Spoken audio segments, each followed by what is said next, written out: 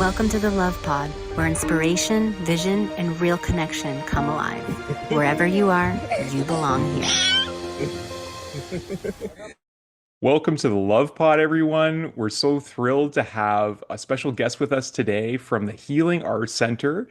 And she is really a ball of joyful energy. I can tell just meeting her from the first time. Victoria Duarte. I hope that I'm pronouncing your last name correctly. I forgot to ask you about that, Victoria.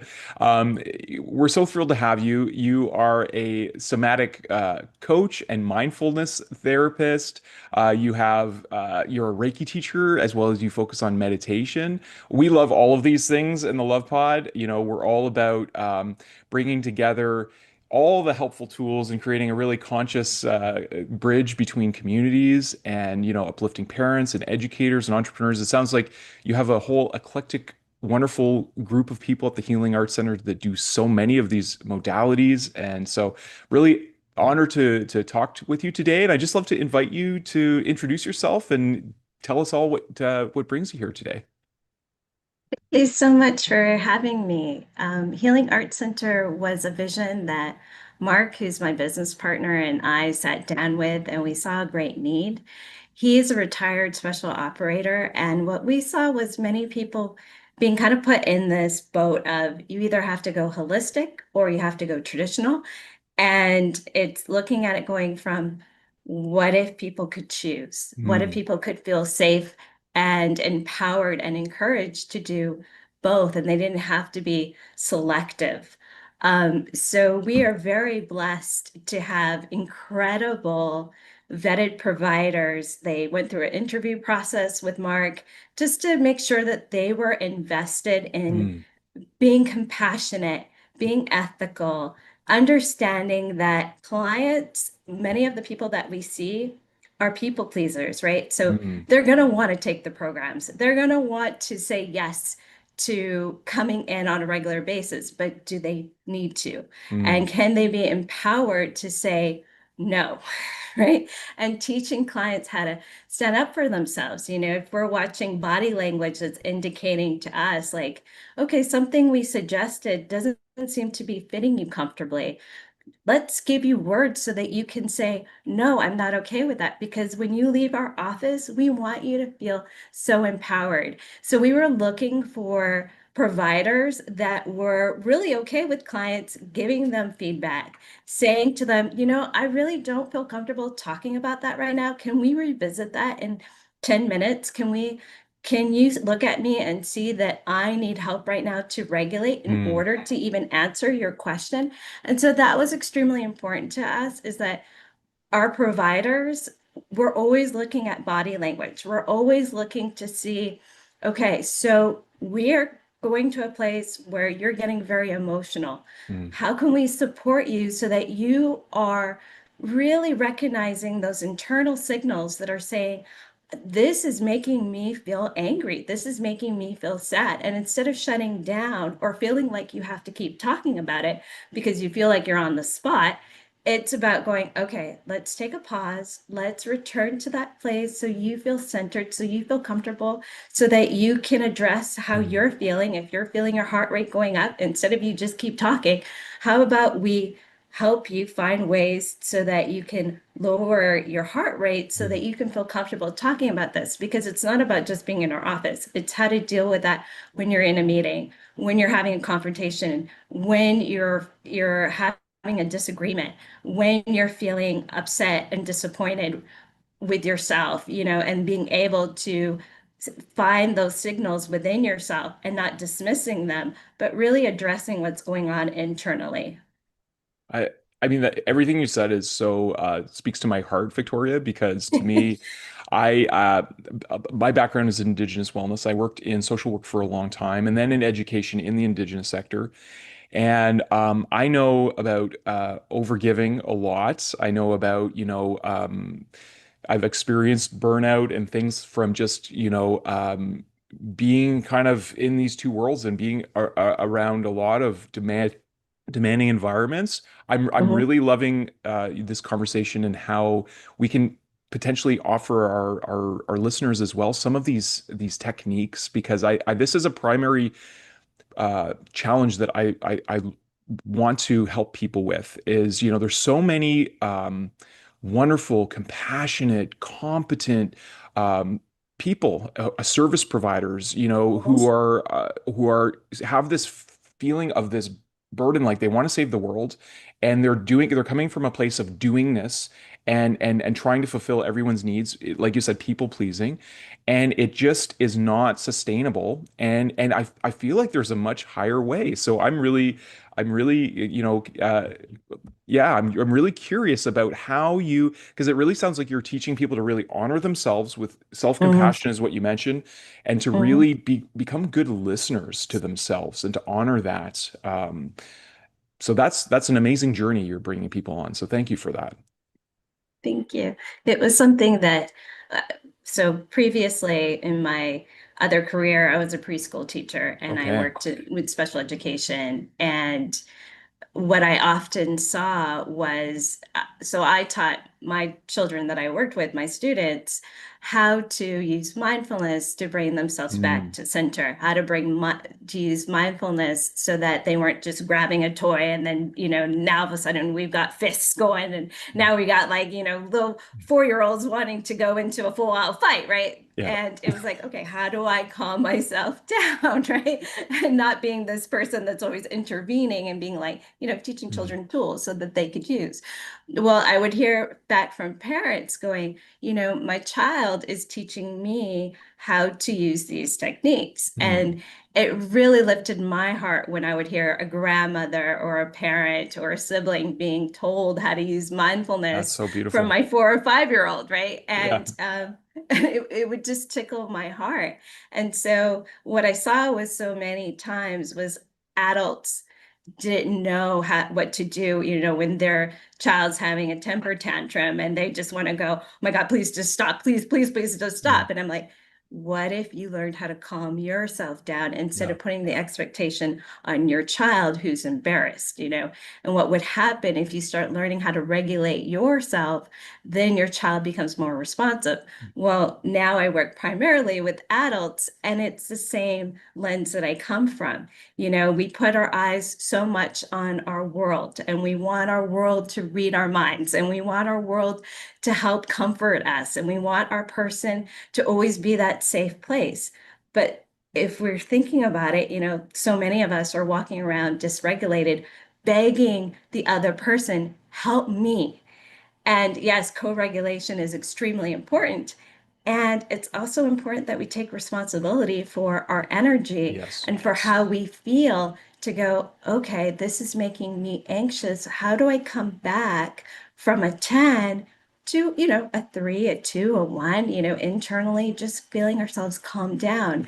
And that's the gift that I love just showing clients. It's like, Mm, yes, you have a history of being the angry person. Yes, you have a history of shutting down, but that doesn't have to be. hmm We can shift to a place where you can find safety and calming down. Yeah. I really appreciate the wisdom you bring from both sides of that lens. Julie and I talk a lot, and we talked with a number of other guests on the show, how important it is to because we recognize that children are not only our greatest teachers in that they provide a mirror lens for us. It's like if we're not dealing with our anger, well, they're feeling it and they don't want to keep it in their body because they don't have those conditioning patterns yet. So Mhm. they're gonna get it out of their body some way, and they're gonna show us that we're holding on to this stuff, right? And also in that way, in that lens too, from my perspective, children are our greatest leaders because Mhm. they are brave in how they're still exploring their environment. They're learning things like how to walk or how to climb, and they're falling down and they're getting back up, and they're also leading with hearts wide open. They're feeling everything. Just this morning too, I was doing some coloring with my daughter. In the background here is our playroom, and in my mind, we love playing with Crayola crayons because they're just so much fun. And I started unwrapping them and using the whole stick. And I can do because I have a background in arts too, and I just love coloring with her. And we do a lot of co-creation together. I have this Bowran drum that I've covered in canvas, and we color and paint on there, and we do all kinds of things. And I was thinking, oh, I really would like to unwrap all of these crayons. I was thinking about this, and I wasn't doing anything. I was just, because she had a little bucket, she was picking up all the crayons. She's now in the picking up stage, which is fun. I'm not the only one picking up, and she's just started. She's like, peel it off, and I'm like, Luciana, you're really listening to what Papa's thinking about right now, aren't you? I feel like children are so tuned in. They're listening. And I remember being a little boy, Victoria, and looking up at the grown-ups and watching them play these mental games. And they were tuned out. What I talk about now is like humans have normalized the miracles that we are and that life is. And Mm-hmm. little ones, I feel like they are such a clear reflection of remembrance for us. That's what if we Mm-hmm. saw life like it was in this, the miracles that it was. So I appreciate you not only having that wisdom of and that experience with young ones, especially special needs, because I find some of them are so gifted, like whether it's emotional intelligence or Yes. just there's so much gifts. I've also worked with people with special needs, and I love that you're actually helping the parents and the providers, where there's educators and stuff now. So that's amazing. So just thank you for that. And what do you find is the number one kind of underlying helpful guidance that you find kind of goes across all of the people that you help? Is it really about that self-listening and self-honesty? Be like, yeah, choosing anger, right? A lot of people don't realize like it's a choice. Mm-hmm. It's like, Mm-hmm. is that what you would say, or how do you find, what's the kind of underlying thing for a lot of folks? And I think, even being able to validate how they feel, so many people don't know how to they can validate Mm, other people. And they think that they should be in a different place. yeah. I work with a lot of people who have spent a lot of money and invested a lot of money in therapy and different healing modalities, and they feel like if they're angry, they shouldn't be there. Yeah. They should be further along in their journey. And whatever the situation that they're going through, it's sitting with themselves and going, I am angry. I Mm, have this anger right now. It doesn't mean it's a permanent state, but instead of shutting ourselves and thinking that we should be further along as human beings, just giving ourselves the validation, it lets go of the grip that it has. Because if you're holding on to anger and you're not acknowledging that anger and you're not choosing to be compassionate and caring and kind with yourself, that anger is carrying on to your decisions. It's carrying on in how you're relating to people. People are feeling your anger. You might be dismissing your anger, but yeah. there's no way that that anger is invisible, Yeah. And so it's looking at someone and going, it's okay that you feel this way. Hmm. Can you acknowledge that it's okay for you to feel this Hmm. way? And whatever that feeling is, um, we, if we can't acknowledge that we have anger for a moment, I'm going to assume that we can't also hold joy, right? Hmm. Because Yeah. that can be just as frightening. Yeah. And so it's looking at it from the lens of we keep chasing this hope of experiencing joy, but Mm, you have to be able to be really within yourself and mhm, hold yourself in a place of going, I have the capacity to experience all my emotions. mm, And therefore, if I do that, then I can experience joy and being present with joy, yeah. and joy feels safe. And that's really what I want people to experience is the safety of all their emotions Mm, instead of shaming themselves for it so that they can experience joy. yeah. It's so important. And you brought up a really key word, around shame. I feel like that isn't a thing. I remember reading Gabor Mate's book, even just this past year. I definitely have struggled most of my life with what I'm calling now, someone even gave me a better term. I've been calling it neurospicy, and they call it Mm. neuroadvantage, because I'm hypersensitive. I hear everything. Like I could hear my daughter yelling upstairs as you were talking, and to me, it's been a very challenging thing to adjust to a world that is very linear when I'm, thinking in so many directions often. So I love that you really talk you if I can be a mirror for you, talking about that self-responsibility, that self-acceptance, and I feel like that cultivated over time is really what leads to a really robust sense of self-compassion that you're helping Mhm. cultivate in the folks you're working with. And I would imagine as a healing arts center with so many choices available in terms of modalities and expression, like the arts really allow us to Mhm. allow these emotions to pass through so that they're not getting stuck in our tissues, so that they're able to be expressed and breathed through, and then we can get to a higher place. And I love how you talk about that frame of expanding our emotional capacity, right?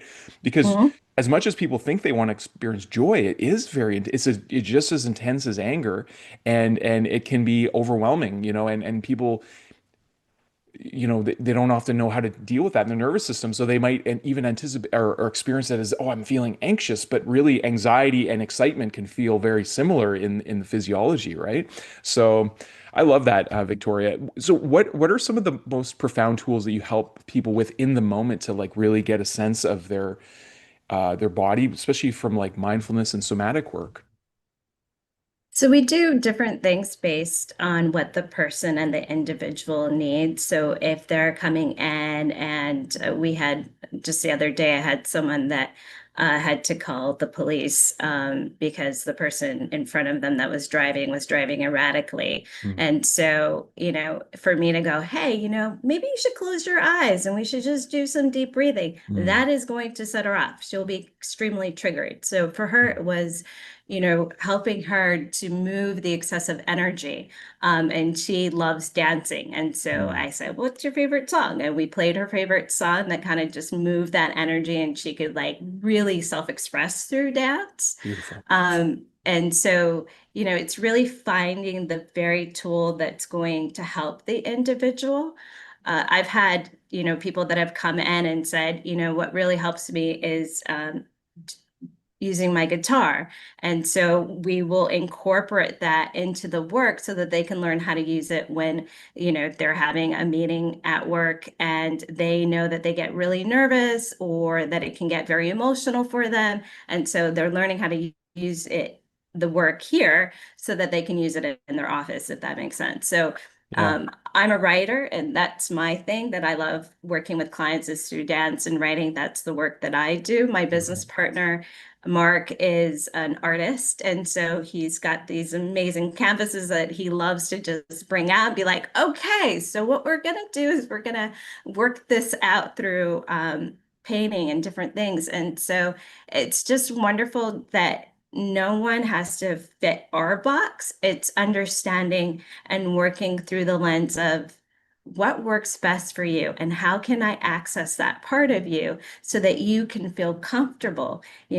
I think a lot of times people feel like if you're coming to see a coach, it's all about strategy. Hmm. I have the smartest clients. They're extremely brilliant. They're great at strategizing. They'll have like 10 strategies before I even think of one of how to approach something.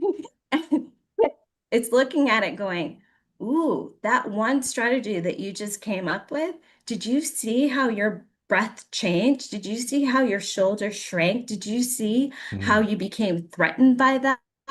Okay, so let's work with that. Let's figure out how to create safety in that if that's really a strategy that you want to really dive into, that you really want to experience and bringing back it to safety. So it's really kind of comprehending what the person needs in that moment versus that they have to fit. I think we're always trying to adapt to what the other person needs, and that doesn't work in our office. It's like, no, you get to say, this doesn't work for me, Yeah. you know. I really love this, and to me, this is the heart of true community, right? And it requires to be in spaces with people who already are very self-aware. They're connected, they're tuned in, and they're tuned in enough to be able to listen. So I really appreciate that level of service, because I think so many of us are conditioned through educational systems and models to, to go through these cookie cutter experiences, and then when we leave those institutions, like a lot of people who are looking, whether it's through self-help or healing, they're looking for that one fix, that one thing. They're looking Hmm. for the formula, and they might not have an awareness of really what or they might not be aware, but they might do these things like you said, dancing or playing music or whatever. They might do them, but not really see them as those are their tools for dealing with that. They're just Hmm. like, that's something I love to do. So I really appreciate the methodology and the approach that you folks have with helping individuals where they're at. It reminds me of how all the masters and elders of the world have approached people. Like Buddha didn't give someone's like you meditate in the same way as everyone who approached him. He would have a different thing for them, right? Based on where they were at and what they needed. So I think that's such a valuable insight. And if our society as a whole would embrace this kind of way of being, which I believe is very much rooted in like indigenous ways of knowing, and Hmm.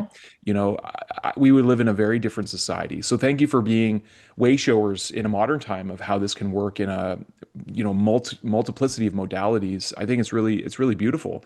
So can you talk a little bit more about the center? Like, are you folks? You're in Virginia Beach, right? In Virginia, I Yes. didn't ask you that, but do you also have online offerings, and do you work through like yeah, okay, maybe can you talk a little bit about how you work with people so they know how they can access you as well?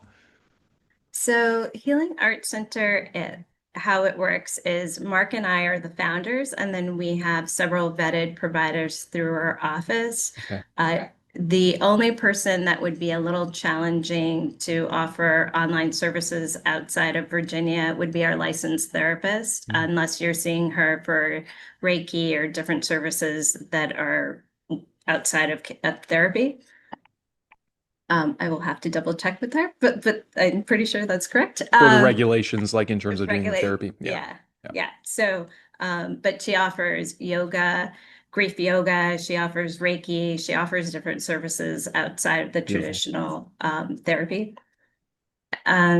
We have meditation. We have sound therapy. We have Reiki. We have different healing modalities here at our office, and we can all be seen outside of being in our building. And so Okay. you can definitely check us out. And if there's any questions or anything, you can always contact our office, and we're happy to connect you to the provider that's best for you. We also have a nutritional coach. Okay. She's new to our office, and she's wonderful. And she does obviously online calls and all that. That's wonderful. So you folks are extremely flexible, not only how you work with people, but how you work with everyone in terms of access. That's great, and I mean we And do live in this really interesting time. It's what is the expression? May you live to see interesting times. We certainly are in those. We're more interconnected than ever, and yet people are feeling more challenged with feeling disconnected, feeling like there's these huge burdens depending on where you're focusing on in your days. So I really appreciate this more holistic framework coming about that you folks are very invested in helping people. What is Victoria's most exciting or joyful thing that springs you out of bed each day, and what do you love to look forward to as you're doing this work? I'm doing this work.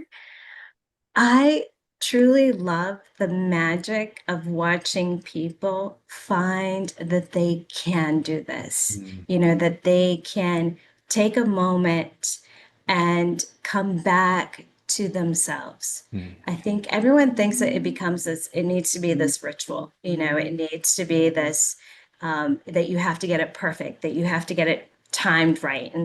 And my biggest request for people is to stop waiting. mm, Stop waiting for that perfect moment. Stop waiting for the perfect chance to calm down, and watching people just kind of learn how to do that, and they have agency over themselves, that mm, they can feel empowered, and they come back to tell me their empowered choices that they're making, because they're learning like, ooh, that decision is creating anxiety in me. So if I comfort myself, do I really want to do that? Do I really want to change how I approach that experience. It gives them the ability to have conversations with themselves, and just watching people really come to that place of feeling, I can do this. Yeah. I feel good about this. I have a 17-year-old, and I'll never forget when she was in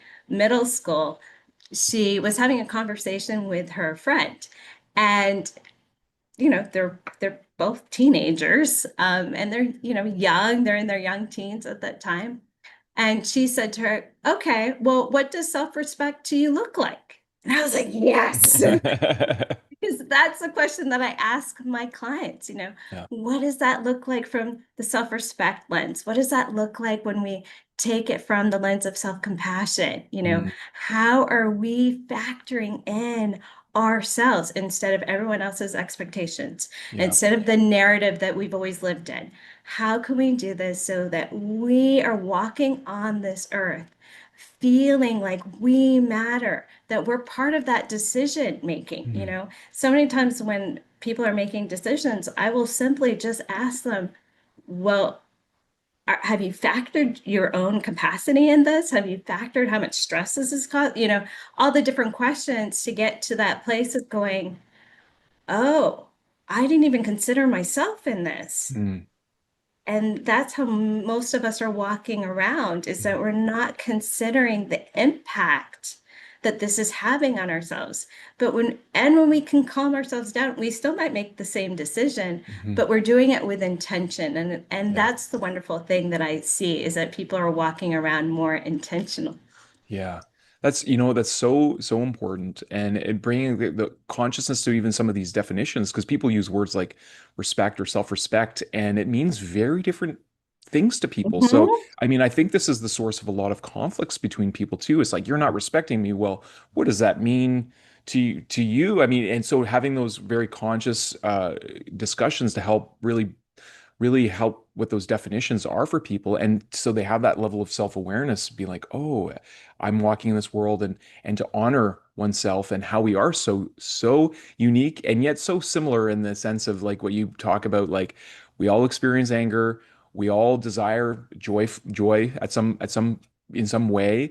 And I really appreciate your ability to hone in on this. There was something else that came to my heart to ask you. Um, it's funny. Maybe we could do, would you be up for doing a little experiment with me? Because actually today, I'm a little feeling a little dysregulated, if I can be Okay. vulnerable, because I had to get up at just after 3 to drive my parents-in-law to the airport. I say my parents in love, because they're just so wonderful, in so many ways, and they're going to visit their son. And I couldn't get to sleep I often wake up really early, but I only had about 4 hours, and then went back to bed for a little bit. So even like getting prepared today, I felt like, oh, it's a little bit more rushed. I like to be calm and peaceful. So if I walked into your office, how would you like greet me? And maybe we can frame it like, for those listening, how we greet ourselves in the morning or in the day when we're rising. Mhm. How do we like really do a check-in, and then like a simple way that we can ask ourselves some resourceful questions to help us, Okay. oh yeah, I can do this, if I may. If you may. Is that Yeah. okay? I don't need to be, Yeah. yeah, okay, okay. Um, this might be a little bit different than how I would normally do Of it, because I don't course, of normally have a course. camera We're on a staring at pod, me. we're on a podcast. So, so anyone watching this, it might be a little different in my office. Of course. First question that I would like to know, just as a background question, so we'll just pretend you've been my client for half a second, and you're not a brand new client, and I already would have this information. Is there something from your childhood that you like to do? Is there something Mhm. that brings out that playfulness in you?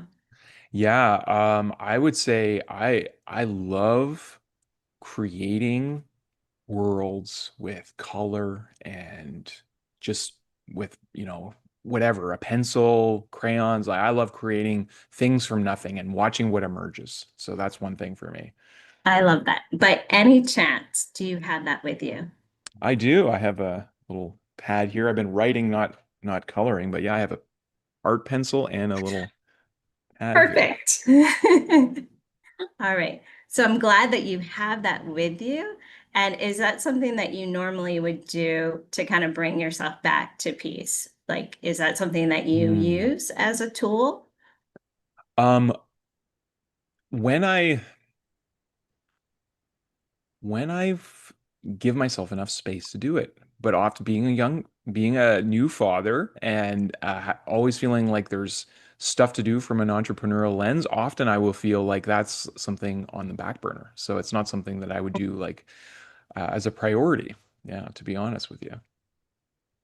Well, I would invite you, I know as a parent myself, that it can be challenging, but finding those little moments, even if it's just a little piece of paper, and just Hmm. scribbling, if that Hmm. helps, or doodling, and just carrying that with you can sometimes be really supportive for you.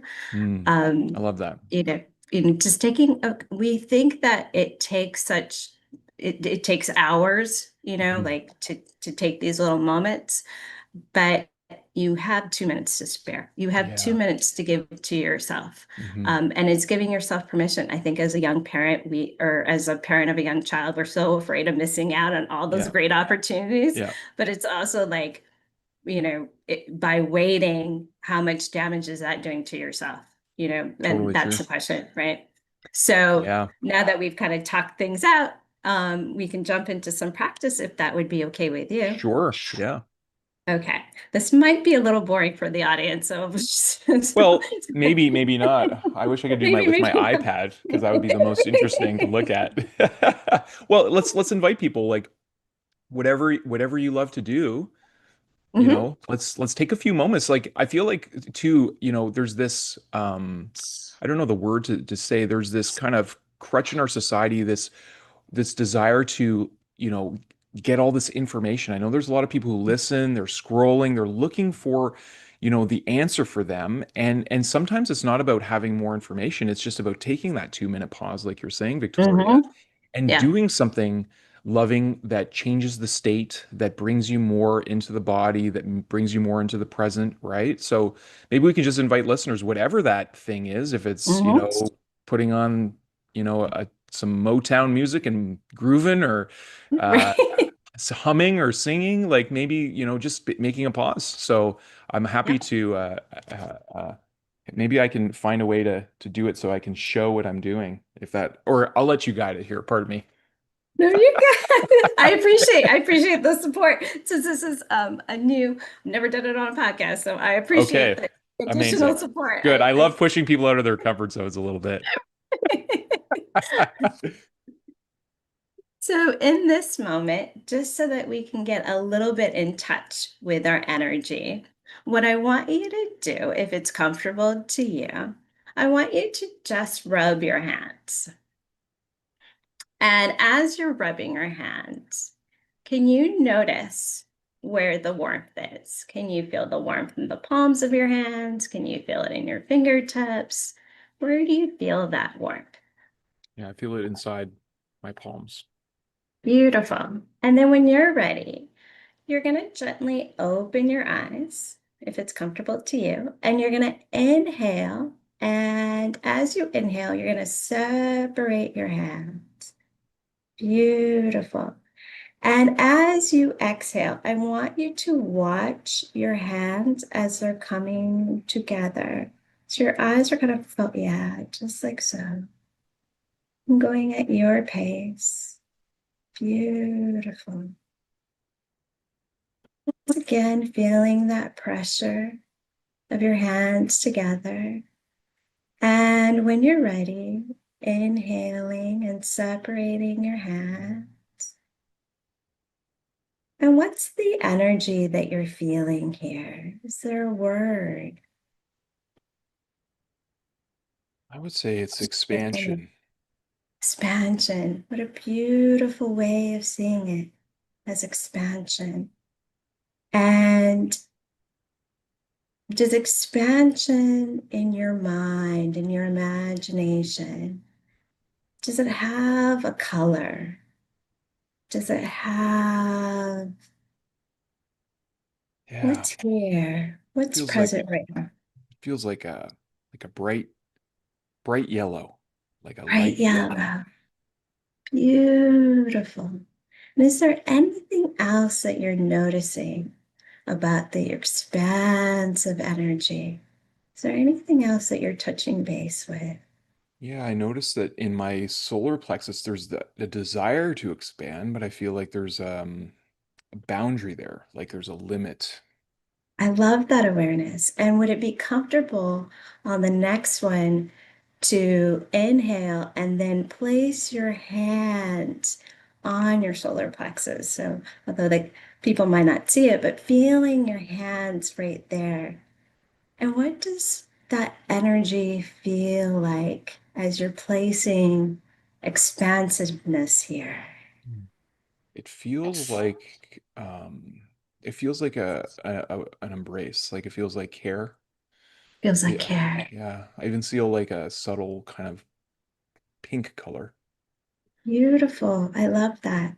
So, is there something that is needed here? Do you need to move a certain way so that energy of expansion can even feel more comfortable here? Do you need to massage with your hands? Do you need pressure? Do you need tapping? What would be best and most Mm. supportive for you right here? I feel like it feels like an energy of rejoicing. Yeah, it feels like there's this um almost like giddiness in me that wants to express, and yet there is a um it is self-imposed. It feels like a container of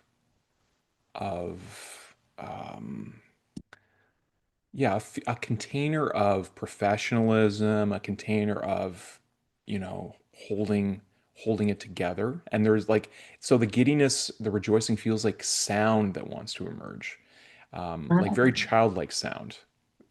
So, Are you, you know, it feels like some laughter. Yeah, there's some laughter there. Yeah, that's what feels. Yeah. and are you comfortable expressing through sound in this moment? Well, I love laughter. Most of all, I feel like it's the ripples that spread out through the cosmos is one of the favorite things that are in the Christ letters. So, and we haven't talked about the Christ letters, but I'm happy to share more. But yeah, maybe I can let some laughter, and you know what? I'm sure that it will ignite some laughter in others because I have a pretty gregarious, funny laugh. So you can just people probably will laugh at my laugh. It's a little bit of a cackle there.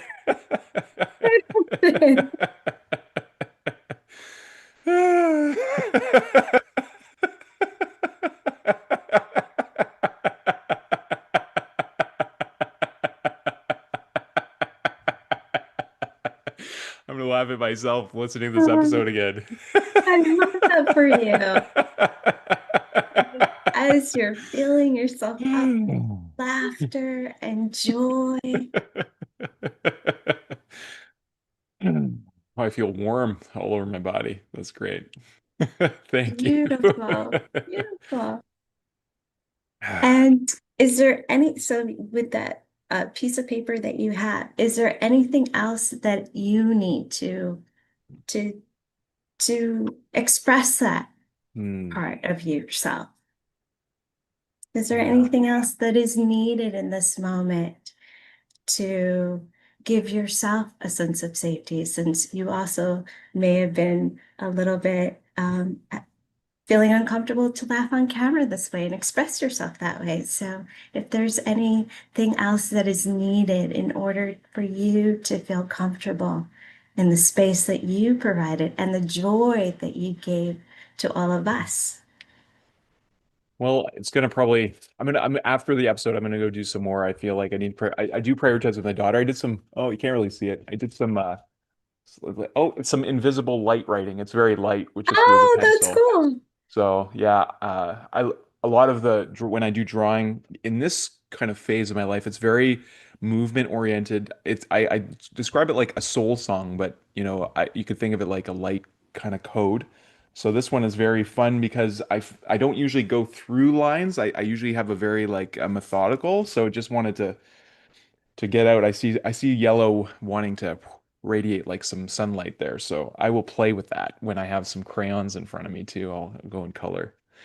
Oh, I Yeah, love yeah, and that. Thank you're you. right. Really appreciate you guiding me through that. And I know it's valuable to our listeners too to know that you can just take a minute or two, like even in just doing those lines and allowing myself to laugh for a few moments, and really feeling that gratitude of the invitation to laugh, Victoria. So thank you for that. Um, and I'll just maybe put a comment here, a meta comment, meta with two T's, that meta pauna, that loving embrace, because this podcast, I I'm so grateful to my partner Julia, who is so much more technically inclined of doing all the, organization, the putting ourselves out there and stuff, because it is has allowed, I feel a wonderful connection with folks like you who are so gifted, and the world needs to hear your voices. So we're really grateful to be able to amplify. And also for me, it's been a place where I have really expanded my level of comfort. I've shared much of my story and my spiritual experience, and I haven't done enough laughing on the podcast. So thanks for bringing that element in. I think it's probably closest to my true nature is in laughter and being very playful. So thank you for that. Thank you for allowing me to guide you and to allow yourself to have that full self-expression instead of recognizing, oh, laughter is what I need, and then denying it because it was on camera and it was different than what you normally do, or Yeah. giving yourself that full expression and that comfortableness, and even recognizing, oh wait, my laughter is contagious, because it really is. You have a beautiful laugh Oh, and thank you. fill my heart with joy. It's often the loudest one in the room. I think often faces turn when they hear me, like, because I have no filter for it. So it's amazing. Yeah, I really appreciate that. And what a beautiful way of meeting people where they're at. So I'm sure you've evoked some smiles and some connection to listeners out there who are making moments. It's funny. I want to circle back because you said a little keyword I know a lot of people are feeling challenged with in these fast-paced modern times. You mentioned the word perfect when you were describing that context of like waiting for that perfect moment to, to take a pause and to do something. And I think, perfectionism, I thought a lot about this and how it relates to, overachieving, overgivers, or to the people who are, there's the fight, flight, freeze, and appease Mhm. aspects of our when we're in our some parasympathetic, I believe, nervous system. What would you say to those who are struggling with this idea of perfectionism? Because you talked about how clients are finding empowerment in just taking maybe seemingly less perfect action, but just, action in the moment. It's teaching people how important they are, you know, Ah, um, love that. and instead of feeling like they're going to be embarrassed if they take a few minutes, I will teach people how to do eye movement, and they're like, "Well, I don't, and then I'll watch them be like, I don't know if I can use that because what if the other person sees that? Mhm. I go, hold on a minute. You are important. Mhm. You matter. How you feel matters. And as much as you think that they are so cued in to you coming back to safety regulations, how many times have you been sad and frustrated and they don't check in on you and go, are you okay? Mhm. Right? And so we have this thing in our head that everyone is watching us and everyone knows that when we're coming back to a sense of safety and peace. But if we did, then why do we have so many, things that we're like, well, yeah, they didn't notice me when I came home, it and so it's more of we're putting so much value on other people and not in ourselves. And that's the Yeah. point of this is going, you matter. You are important. And if you calm yourself down, the difference that that's going to make. I tell this very long story to my clients, and I'll do my best to be brief. But during the shutdown, the day before the shutdown, I went to the store to buy the product that apparently the entire world was buying, and I just desperately really needed toilet paper, and I didn't realize that everybody was buying toilet paper. But I get to the shelf, to the aisle, and it's bare. And it's not the fact that it's bare, it's the fact that I have never seen the store bare and what that signals to me. And then I look around and I'm watching people's faces and I'm noticing people's energy, and it's starting to put Victoria into panic. Well, the next person that I'm going to see when I leave the store is my daughter, and I'm picking her up from school. And at that time, we don't know if this is a 2 week as they're predicting, if this is going to be much longer. We just know that something is happening. No one's giving us full information on what's occurring. There's a huge change that is occurring. And I am feeling the intensity of feelings. And up until that, I was like, oh, it's okay. I'm good with the ebb and flow, and it was my truth. I'm not trying to gaslight myself. It was where I was at until reality hit. And I was like, ooh, I'm feeling this emotion right now that I wasn't feeling before I walked into the store. And I'm in the aisle.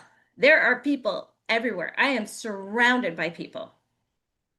I'm surrounded by people who have cell phones because we're so afraid of videos. We're so afraid of people taking pictures of us if if we're doing weird things.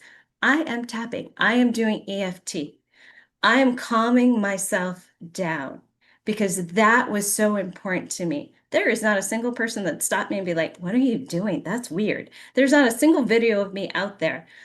I took care of myself so Mm, that I went from feeling panicky to calming myself down so that I could be present and there for my daughter because mm. she needed me. Yeah. There's so much value in this story. Thank you for sharing it.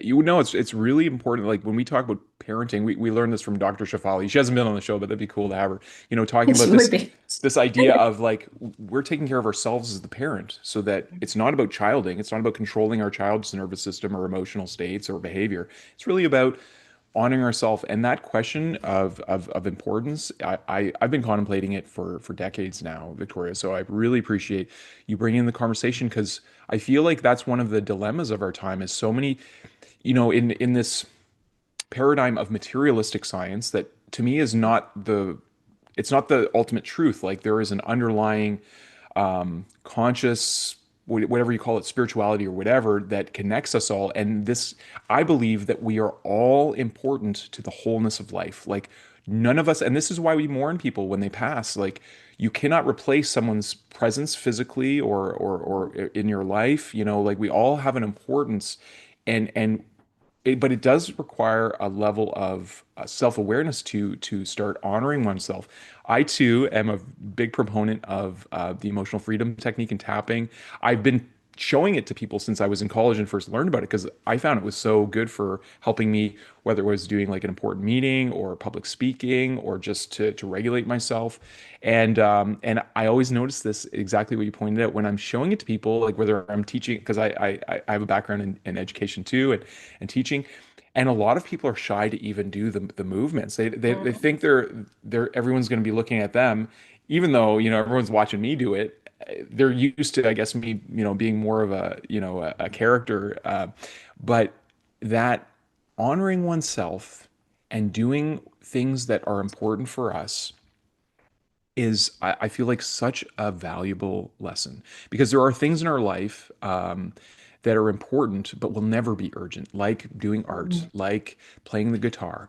It might be extremely important for you and maybe for your life purpose, whoever's listening to this, to do that one thing, but no one's ever gonna maybe take the guitar. No one's ever done it to me, taken my guitar and put it on my lap and be like, play. It's, you got to do this. It's like we need to value ourselves and have enough self-compassion and place value on ourselves. So I really, really, really love that. And also, thank you for bringing that this, because I feel like I'd love your input on this. We don't talk a lot about it on the show, but we went through this collective, I'll say, trauma together as a Mhm, species. It affected mhm. everyone in the world. I remember that time. It was like I remember where I was hearing about this and being like, "This stuff."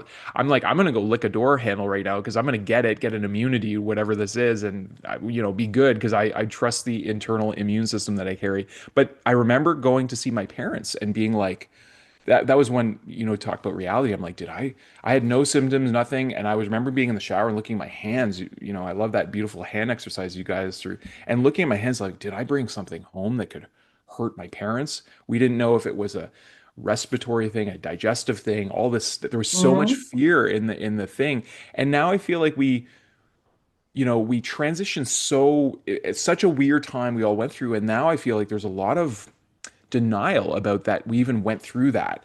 And so for those of us who are more conscious, I see how these tools of really bringing more self-awareness into our body and connecting with ourselves, connecting with our family, connecting with the land, it's so much more important that Mhm. we elevate now to am I being clear in talking about this? Yeah. Yeah. Yeah, Okay. yeah, Yeah. So I thank you for bringing that into the conversation. yeah, Is there anything you yeah. wanted to add to that, or what would you like to talk about?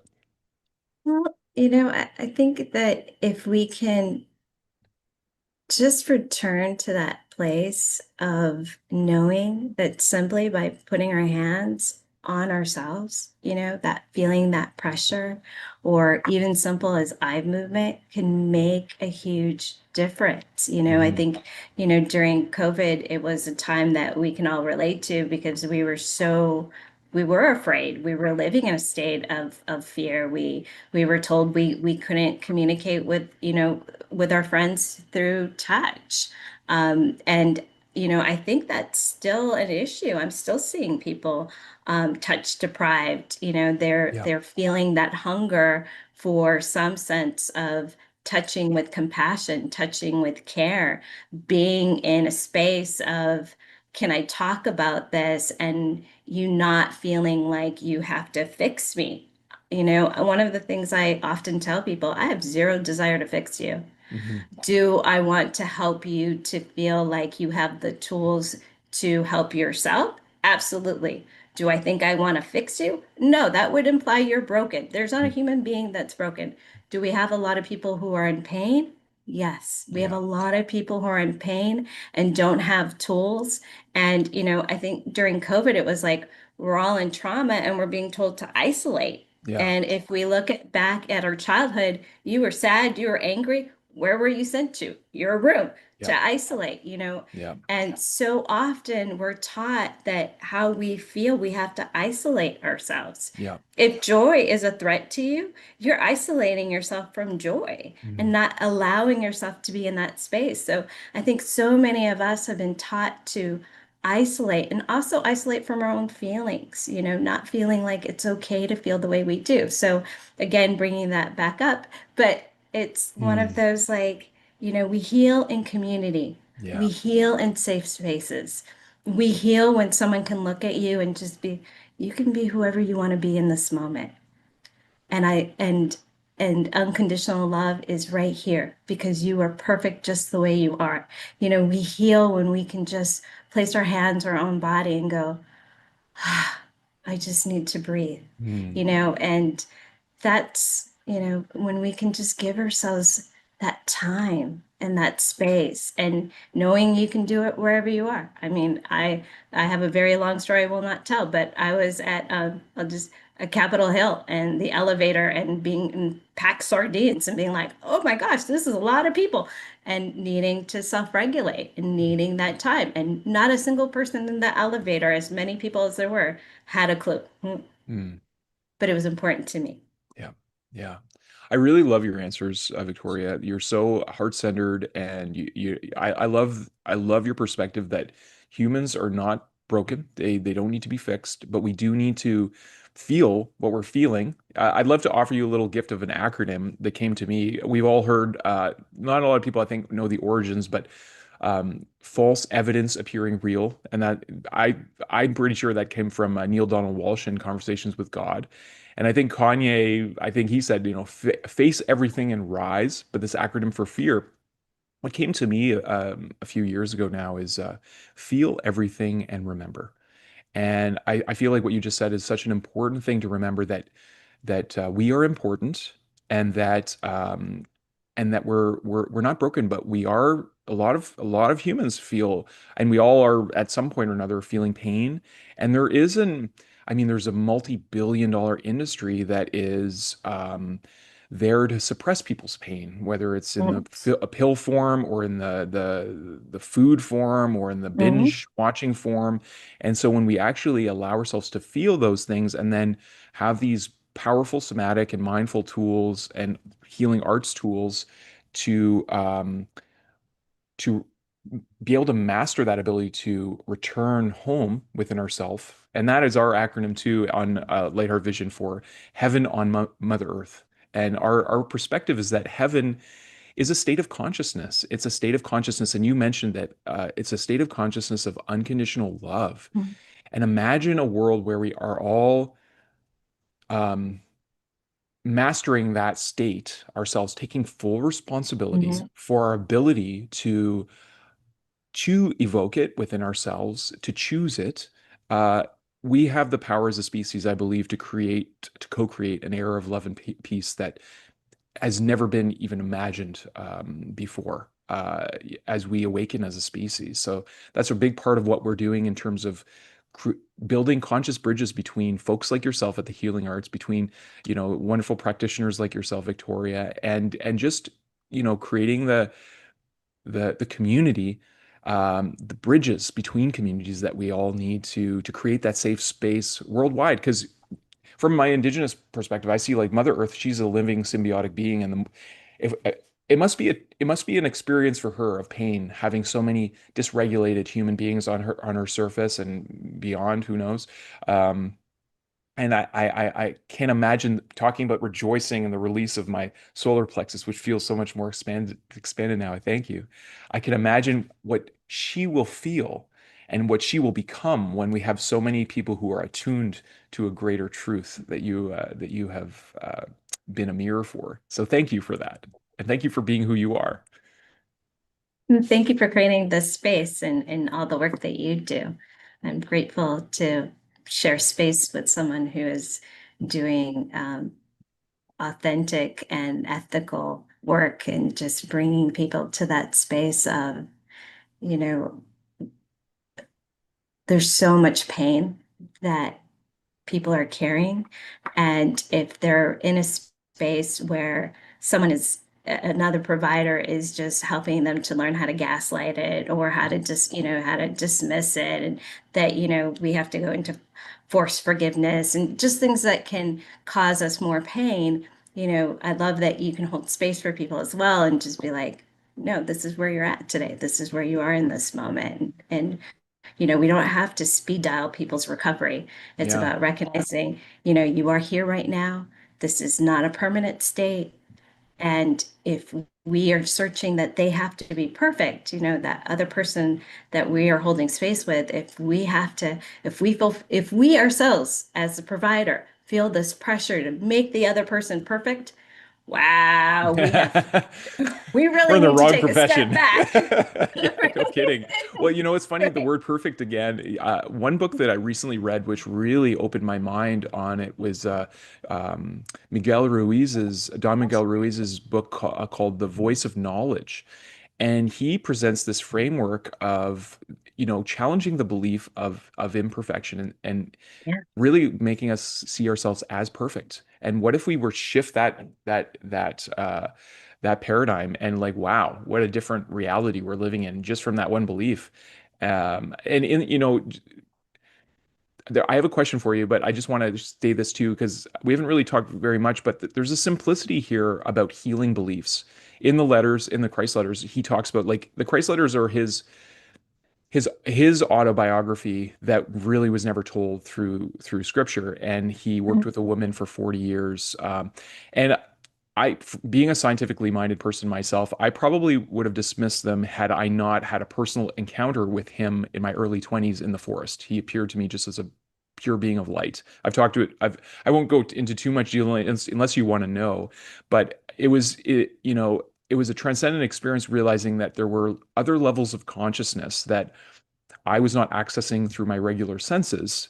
And I feel like the somatic work that I too practice has brought me into the like realizing the interdimensional spaces within our body is just so vast, you know, I think we skim the surface a little bit of with like colors and feelings. And when we really start doing the deeper dive within ourselves, like the cosmos and our part in it is so miraculous and so beyond our even human comprehension, I think.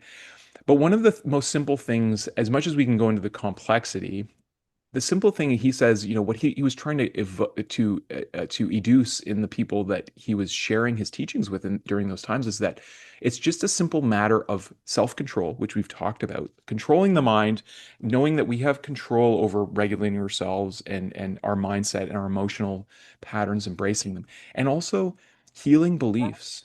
And this Mhm. belief of imperfection and Mhm. needing to be fixed. And because we met a Mhm. lot of people in our journey for conscious community who we found they weren't looking to contribute to conscious community. They were looking what you said about co-regulation. They were looking for a Mhm. community that would help them heal. And Mhm. that's okay. I mean, we're all at different phases on our journey, but Mhm. um yeah. So I just want to bring that into the conversation, and maybe it's kind of like a little out there, but it is I really love it. foundational to what we're doing. Yeah. Yeah. I wanted to ask you about you mentioned a few times the eye movements, and I know there's a Mhm. specific therapies around this. Can you share a little bit more about this because I don't know very much about it, and I think for our listeners, you brought it up a few times. I think it's important. How can we become more aware of eye movement and how that relates in our days? Because maybe I'll just add some frame here. One of the things that I noticed during the lockdowns and everything, everyone went to Mhm. Zoom.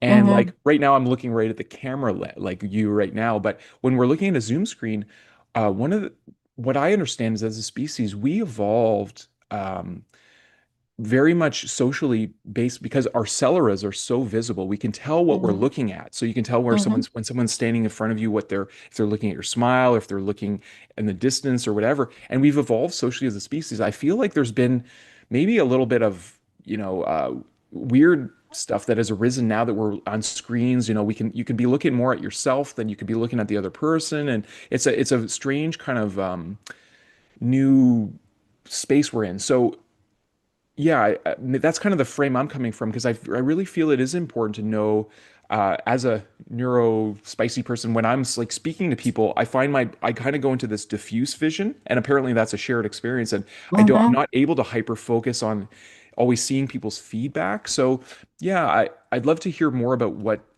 the importance of that is in your work and how you help people to be more self-aware of that. So when we are feeling shame, we tend to cascade our eyes down, we tend to roll our shoulders, we tend to like lower our head, right? And so everything is cascaded down, right? Okay. And our body has memory of every time we hold ourselves in that position, right? Mm, And so as soon as we start curling in and we're feeling that shame and we're continuing to hold ourselves in that, we're amplifying it, right? So we have the feeling, we have the thoughts that are going 1,000 miles in our head, we have now the body language, right? And so just simple as moving your eyes, and finding things to look at that mm, bring a sense of safety. So what I'll generally ask for someone is to look around the space. What do you see that brings you a sense of calm, mm, peace, or beauty? And then bring your focus there. And then what happens is because they're moving their eye, the shame is starting to dislodge from their body, right? So we're not disassociating, we're mm, just decreasing the volume mm, in our body. And so now there's still shame that's being held in the body, but now we're bringing a sense of safety. And so then we have that expansive energy that then can take place. And then, we come back to the body. And so there's many different steps to this, Of but course, of course. it's one of those that I'll often even ask a client, if there's, we'll just use the holidays coming up, and more family gatherings, if there's someone in the family that you are feeling uncomfortable with, we have a tendency to keep our eye on that person, Okay. oh, they're in the room, oh, they're Yeah. coming closer, oh, and then it's like that feeling of like, how do I get myself out of this? And Mm, that panic feeling that occurs, and you're just keeping your eye on the thing that's keeping you uncomfortable.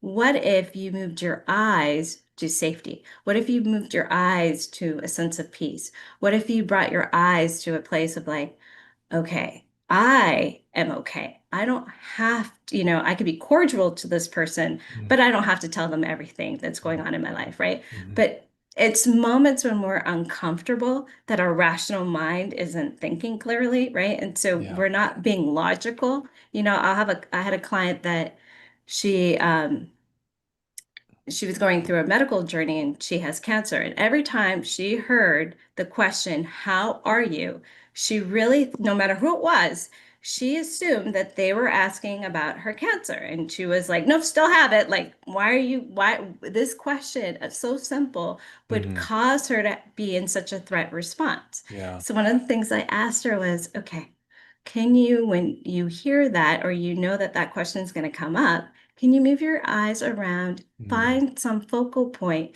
that brings you a sense of calm and peace? And when I asked her that, she was like, I don't know the point of this, but okay, because it was working in my office. She was using the eye movement and finding a sense of mhm, peace. But thinking of doing that outside of my office, she wasn't quite sure if that was going to work or not. And she was like, wow, I realized how much pressure that question was holding. They're mm, simply just asking me how I'm doing. And I can say I'm doing great. I'm not doing, like, just being more rational with the question and not making it mm. about her diagnosis. Yeah. And so, and then she could, not walk around with this huge label of I have cancer, because, she was trying to be like, no, I'm a human being who's having this medical journey. Hmm. Yeah, it's a beautiful and powerful example, Victoria. Thank you for sharing that. It reminds me of we had another guest who's a personal friend of ours, Shua Mana, who talks about when he's working with clients, he shifted it from how are you doing to who are you in this moment, realizing that we go through different journeys. Just as you said, this person is on a point on a medical journey, and they're going through that, and I love that, and I wonder too, my direct experience of the vision is sometimes it's like the breath. There's an in and an out. And I find with the vision too, like there's so much with our eyes. Sometimes we feel like the eyes are just receiving light, but Hmm. really they also project our emotional states. They can project love and joy or anger into a situation. And I find like I'm not always maybe super conscious of it, but when I do I realize like our eyes and how we look at things can really be either a blessing or they can be like a diminishment of the vibration in that moment. Like if you're looking at someone with judgment, they can feel Hmm. that. It's like coming through, right? Rather than Hmm. if you're looking someone with that unconditional love like we talked about. So I love that bringing more awareness to what we're focusing on, and how we're focusing on. I think that's a beautiful exercise that you gave us as well. So thank you for that. Yeah. I know we've talked about so many things, Victoria. I I love to ask people about their higher vision. A big part of what we do is, helping that. Michael Bernard Beckwith talks about this. Like we've had this amazing interconnection of the mind all through. We talk about mindfulness now with being online. I mean, we're talking from different points on our continent here. I like to call it Turtle Island from my indigenous lens, and we're able to connect in ways we never have been able to before. So we're able to do all kinds of amazing things as a species that even 100 years ago would have been considered impossible, and even 10 years ago I feel like we're shifting so much, and yet that mind is connected, but the heart network or the heart work is not necessarily connected. And I feel like the higher visioning question for me is about bringing that to more to light. So, what is Victoria's higher vision for not only yourself personally in your day, but also your higher vision for our world as we are taking this journey as a species together? That's a great question. I watch people come into my office with very various backgrounds. I have the privilege of working with a lot of military special operators. And when I think of that higher vision, it's just that place where people are falling in love with themselves and seeing that when you fall in love with the beautiful person, the beautiful soul that you are, the magic that that is. It's not about the labels. It's not about your life experiences that you've had and all the wonderful things that you've accomplished in this lifetime, but just that brilliant, bright light that you are. You know, we were brought into this world, and I often say this to people, you were brought into this world, not responsible for how everyone else feels. You were brought into this world to be this bright, beautiful light. In order for you to shine, you got to fill your cup up. You got to fill that up with compassion, not criticism. You got to fill that up with love. And when you feel a different vibration in your body that is opposite to that unconditional love, bringing yourself to that sense of peace, to that sense of safety, so that you can continue to feel like being a bright light is is filling you up and not draining you, because you're constantly pouring back into yourself as much as you pour onto the world. And so my vision is that people get comfortable with the idea of pouring love back into themselves so that they can pour love out into the world and feel that beautiful bright light that they really are. Such a wonderful, beautiful answer. I so appreciate you and your expression and the peace that you bring too. I've been told that one of my gifts is to articulate the gifts that I see in others, Victoria, and you are, such a beautiful light yourself of just resonant peace, and you really bring a beautiful presence to rooms all over, I'm sure, wherever you are. I can see you even doing the tapping work in the grocery store when everyone else is going in panic mode, and you see the importance of really honoring your state and your ability to be that being of peace. And so thank you for, I'm sure, we only see the cutting edge of an individual's journey where they are at, and I know that it is through some amazing devotion and commitment to doing inner work for yourself.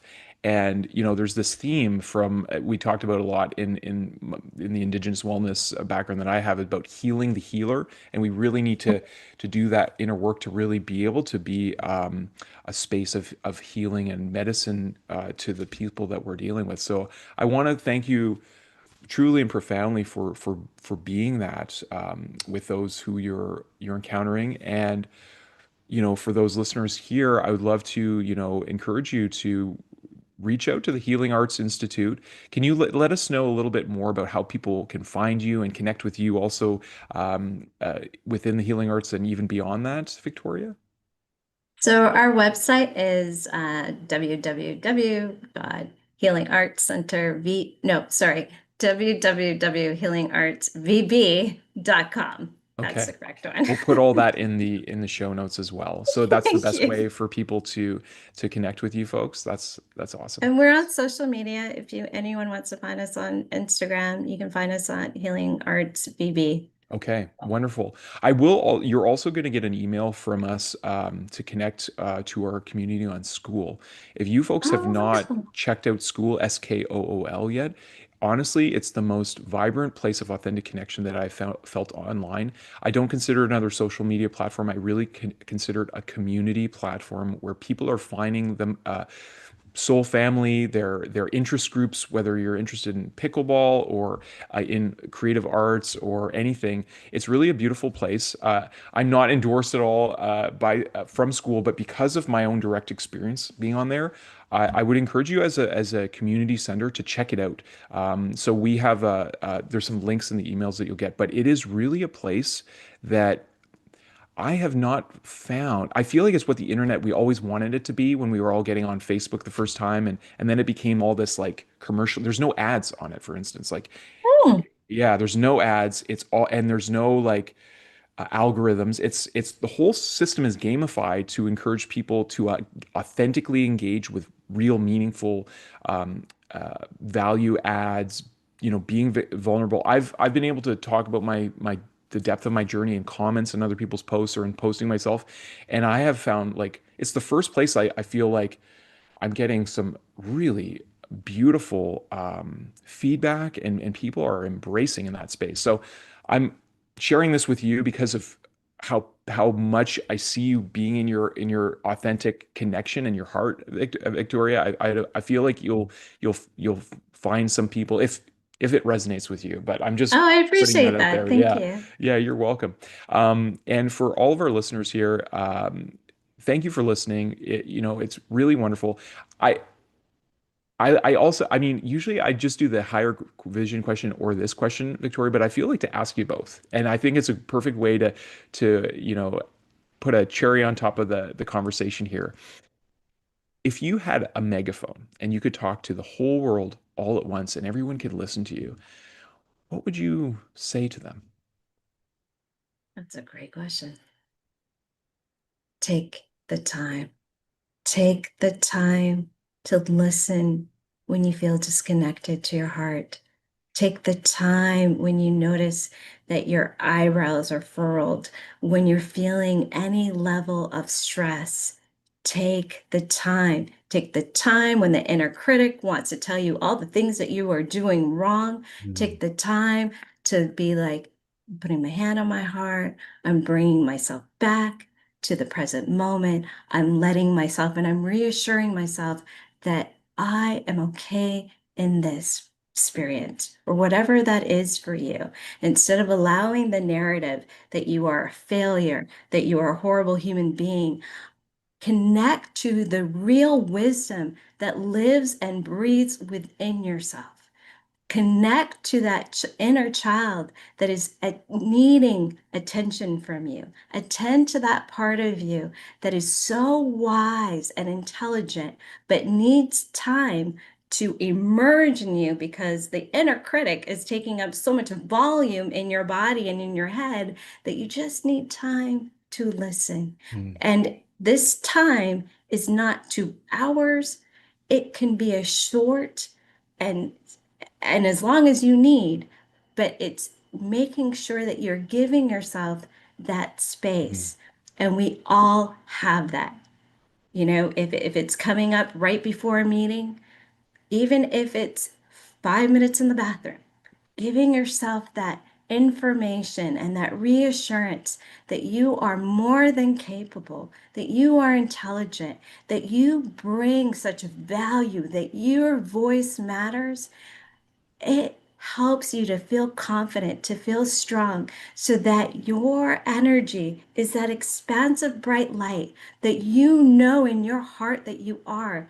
But if you can't see it, then you're going to be looking for validation from the outside world. And what we want to do is start validating that mm. within ourselves so that we know that it's true, so that we know that that is who we are. And yeah, that would be my. You're one of the most cheerful individuals I've met on my journey. So thank you for being you. That I mean, what a if we would all wake up talking to our inner selves that way every day, I mean, what a beautiful day we would be setting ourselves Right. up for. So thank you so much, Victoria. Unless you have anything else to share with our audience, I think that was so beautiful. I'm going to invite our daughter to carry it off for us. And thank you again for coming on the show.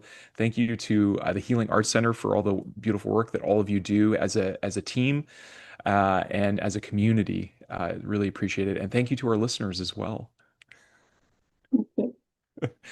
All right. Well, I'm going to invite Luciana up to say thanks for watching, everyone. So I'm going to share my screen here. Thanks for watching. You say ciao, ciao. Bye.